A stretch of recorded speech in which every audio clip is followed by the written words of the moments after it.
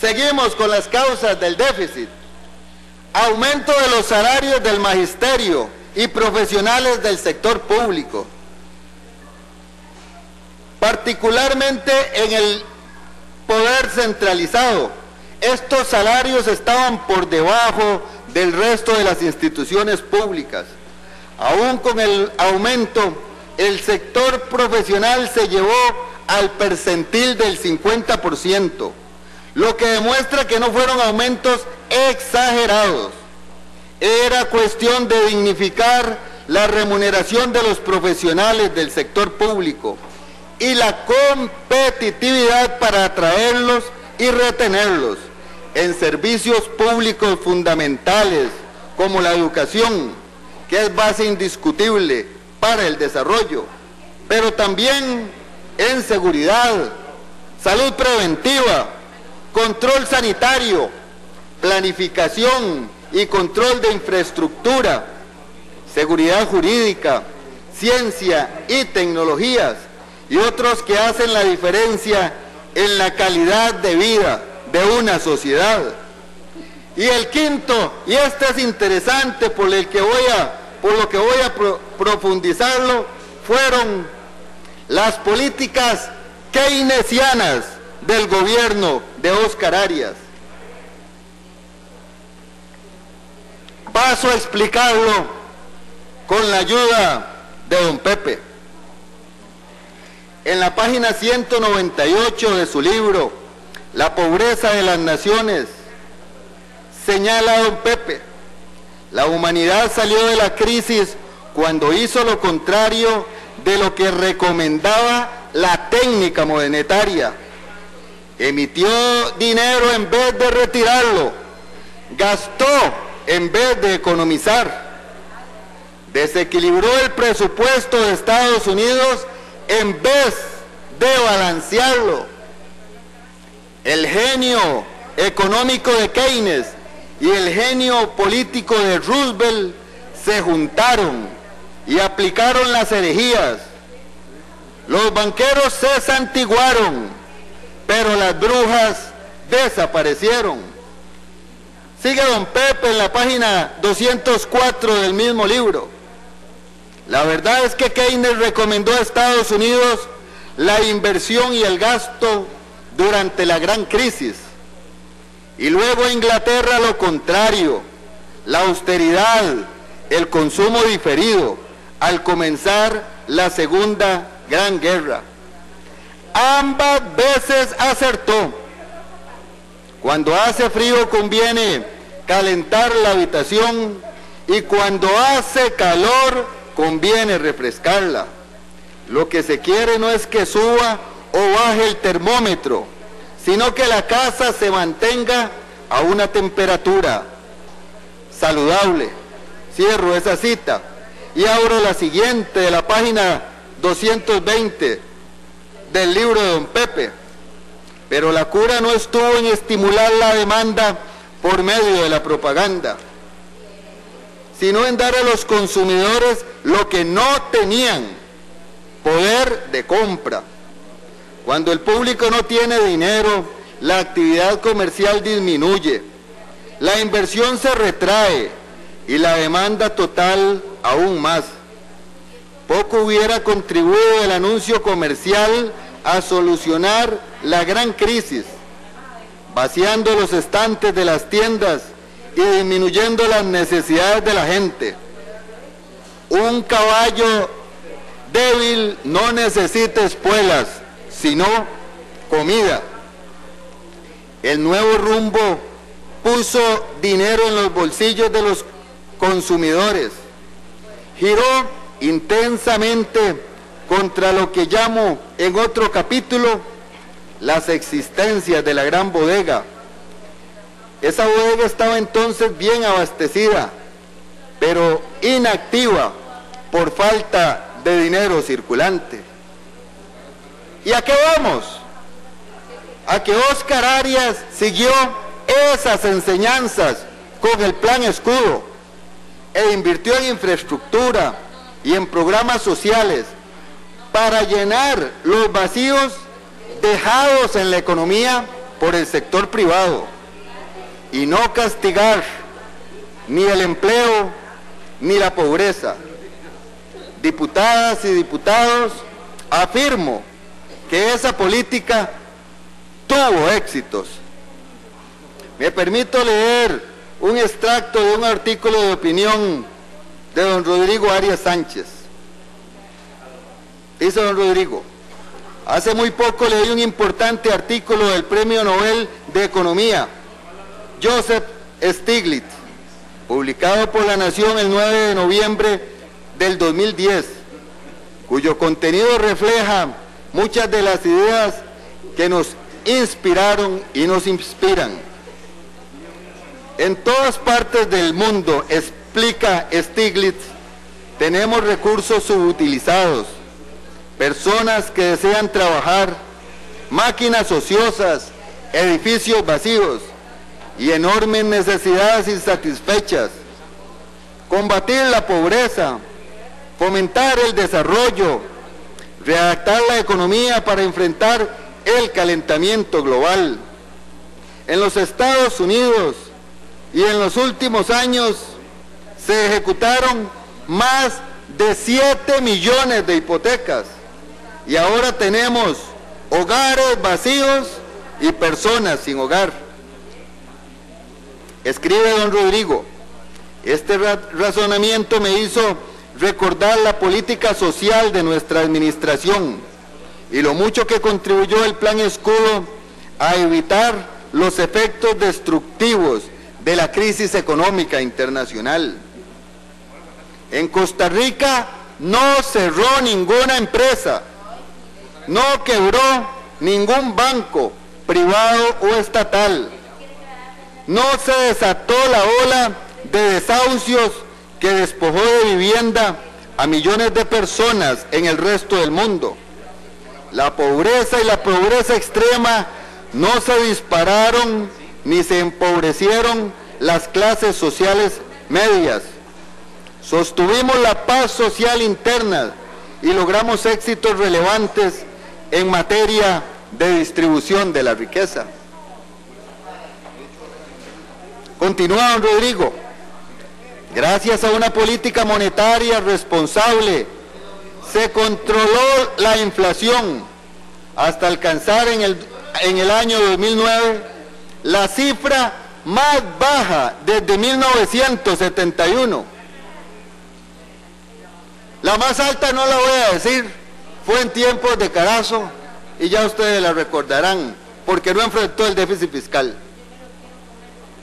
Hasta mediados de nuestro mandato la pobreza se redujo en 3.5 puntos porcentuales y al final del gobierno, a pesar de la crisis económica global, el porcentaje de personas por debajo de la línea de pobreza había disminuido en un 1.7%.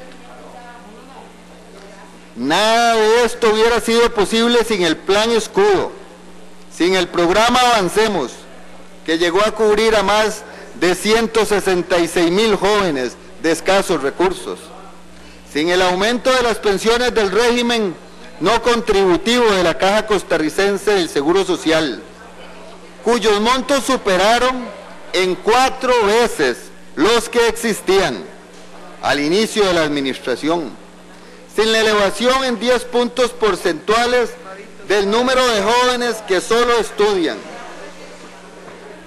sin más del 6% del Producto Interno Bruto destinado a la educación pública, sin la dignificación salarial de nuestros maestros, profesores, policías y especialistas en salud. Así las cosas, explicamos las 5 causas esenciales del déficit existente. Inicia Laura Chinchilla su gobierno. Mejoran los indicadores económicos del país. Entonces correspondía un cambio en la política fiscal para encarar el déficit con seriedad, pues los déficits deben ser transitorios, en época de crisis, jamás permanentes. Se plantearon estrategias simultáneas y acciones para superar ese déficit y se han puesto en práctica con un alto grado de satisfacción. ¿Cuáles son? Aumentar la recaudación, combatir la evasión, disminuir el gasto público, eliminar el gasto superfluo, eliminar las exoneraciones, mejorar los controles tributarios y recalificar algunos tributos. Solo por ignorancia o mala fe, alguien puede afirmar que la política exclusiva para encarar el problema fiscal es el aumento de impuestos. Eso no es falso y lo vamos a demostrar. Vamos a demostrar que sí ha existido contracción del gasto público. Vamos a demostrar que sí hay autoridad y no despilfarro ni gasto superfluo. ¿Cuál es la relación entre los años y el crecimiento del gasto? En el año 2010 el gasto creció a un 23%. En el actual 2011 baja 10 puntos y será de un 13%. Y el próximo año continúa bajando hasta llegar a un 9%. Pero además, este plenario durante 60 días se centró en discutir el presupuesto con 2 mociones para eliminar gasto superfluo. Mociones que no fueron redactadas ni por el gobierno ni por Liberación Nacional.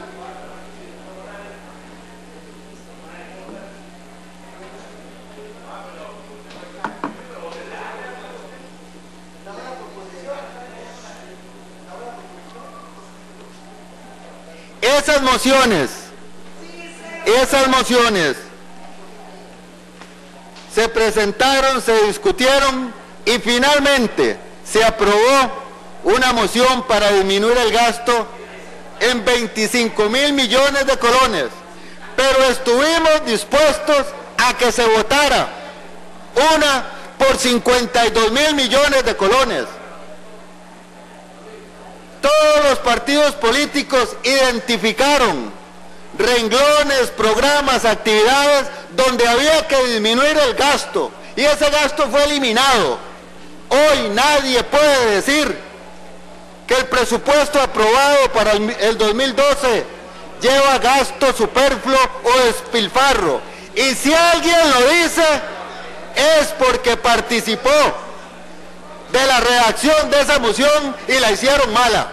Ya no será ni culpa del gobierno ni culpa de la fracción del Partido Liberación Nacional. Pero también plantea la estrategia para superar el déficit, un aumento de los ingresos. ¿Qué estamos haciendo? Primero, modificar las leyes que permiten la evasión y segundo, mejorar la recaudación. Acciones concretas: simplificación de trámites para el pago de impuestos por Internet, eliminación de los libros legales y contables de papel, publicación de márgenes de referencia para facilitar las declaraciones de los contribuyentes, ataque al fraude con allanamientos y embargos de cuentas a grandes contribuyentes. Se realizaron más de 18.000 visitas en todo el país, 18.000 visitas de inspectores de tributación directa en todo el país. ¿En qué redundó? En que esas declaraciones se rectificaron, aumentando el pago esos mismos contribuyentes en más de 25.000 millones de colones. el gobierno ha hecho públicos los allanamientos y ha actuado con mano dura y sin excepciones de ningún tipo. Reto en aduanas. Se adjunta información de la Dirección General de Aduanas sobre el Plan Nicolás para combatir el contrabando. Le pido, señor presidente, que ese plan para combatir el contrabando se anexe en mi intervención. Resultados positivos de la Dirección General de Aduanas, y esto es un esfuerzo de mejora de la recaudación que nadie puede dejar de reconocer. Explicaba los resultados positivos de la Dirección General de Aduanas, y sin duda el que se debe destacar es que en el mes de agosto de este año se logró la mayor recaudación en impuestos aduaneros, llegando a 92.000 millones de colones. Repito, en el mes de agosto la Dirección de Aduanas logró la mayor recaudación de impuestos en la historia, llegando a 92.000 millones de colones. No es cierto que el gobierno haya sido tenue, que hayan sido tenues sus esfuerzos por mejorar la recaudación. Además, se rotaron los gerentes de las aduanas y su personal.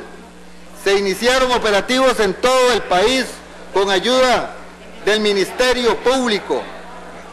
Se desarticularon bandas que, además de que traficaban marihuana desde Jamaica, participaban en esos ilícitos que también se vinculaban con los tributarios funcionarios de la aduana de Limón.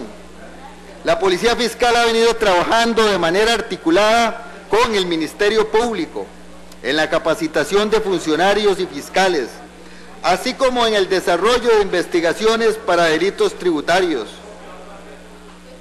La Policía Fiscal ha roto todos los récords de decomisos de contrabando de diferentes mercaderías, ¿como cuáles?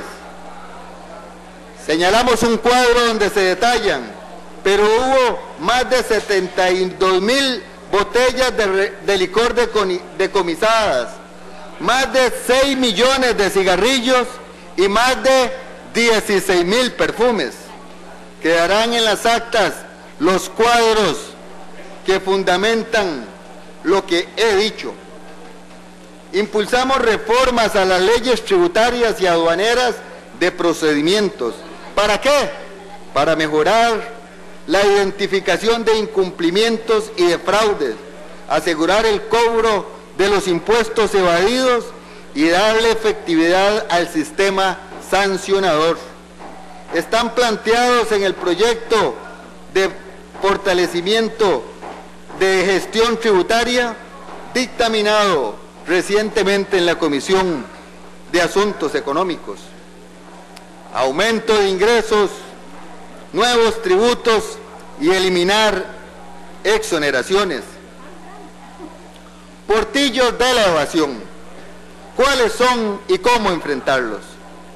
Son las leyes actuales de los impuestos de renta y ventas las que tienen esos portillos.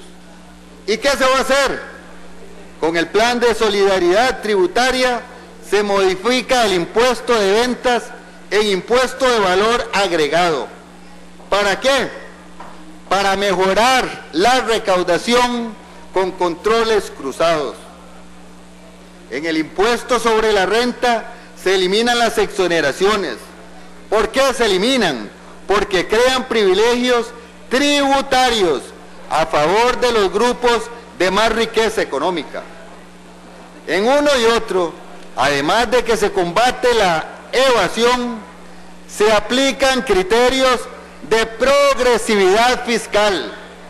Sí es progresivo este plan fiscal para que el rico pague como rico y el pobre como pobre. Este es un principio tributario en que no cedemos los socialdemócratas. Se ha dicho que estos nuevos impuestos los pagarán los pobres y la clase media. Argumento lo contrario. No son ni los pobres ni la clase media los que pagarán los nuevos impuestos. ¿Quiénes son?